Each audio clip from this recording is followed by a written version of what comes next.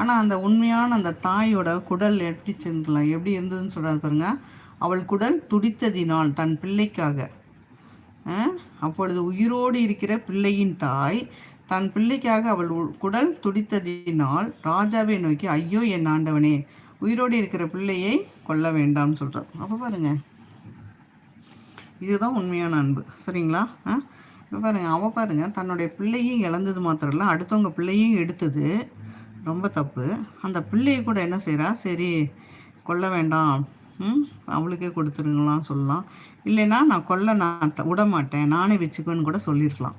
ஆனால் அவன் எப்படி சொல்கிறா பாருங்க. உயிரோடு இருக்கிற அந்த தாய், அந்த குழந்தையோட தாய் சொல்கிறா, அவள் குடல் துடித்ததினால் ராஜாவை நோக்கி, ஐயோ என் ஆண்டவனே, உயிரோடு இருக்கிற பிள்ளையை கொல்ல வேண்டாம்னு சொல்கிறா.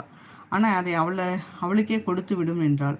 மற்றவள், அது எனக்கும் வேண்டாம் உனக்கு வேண்டாம், பிளந்து போடுங்கள் என்றாள். அப்போ பாருங்கள், எவ்வளோ ஒரு கொடூர சுபாவம், ஒரு மனிதாபிமானம் இல்லாத, மனசாட்சி இல்லாத, ஒரு தாய் அன்பு இல்லாத அந்த ஜீவனை பாருங்கள். ஒரு சின்ன பிஞ்சு குழந்தை, அந்த குழந்தையவே கொல்ல எப்படி